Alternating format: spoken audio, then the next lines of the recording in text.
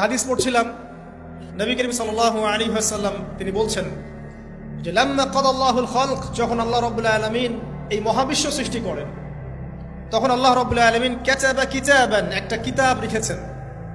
একটা কিতাব আছে আল্লাহর কাছে, কাতাবা কিতাবান ফাহুয়া ইনদাহু ফাওকাল আরশ, যে কিতাবটা আল্লাহর নিজের কাছে আছে আরশের উপরে। সেখানে আল্লাহ পাক লিখে রেখেছেন, কি লিখেছেন?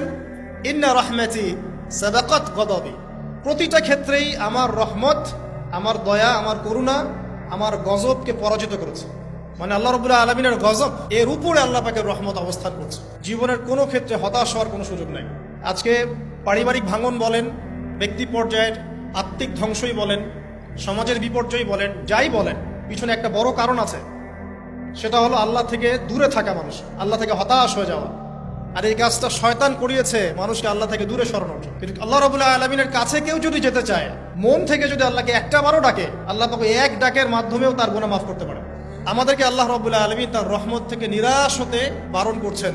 যে যত পাপ করেছে জীবনে, যদি একটা বার কেউ যদি আল্লাহ পাককে মন থেকে ডাকে, চোখ দিয়ে ঝরঝর করে পানি পড়ে, আল্লাহ পাককে বলে, সিজদায় গিয়ে পড়ে আল্লাহকে বলে রব্বিক ফিরলি, আল্লাহ আমাকে মাফ করে দাও, তার মনের মধ্যে যদি সততা থাকে, মন থেকে যদি সেই কথাটা বলে থাকে, আল্লাহ পাক শুধু তাকে ক্ষমাই করবেন না, তার সমস্ত গুনাহগুলোকে আল্লাহ নেকি দিয়ে পরিবর্তন করবেন।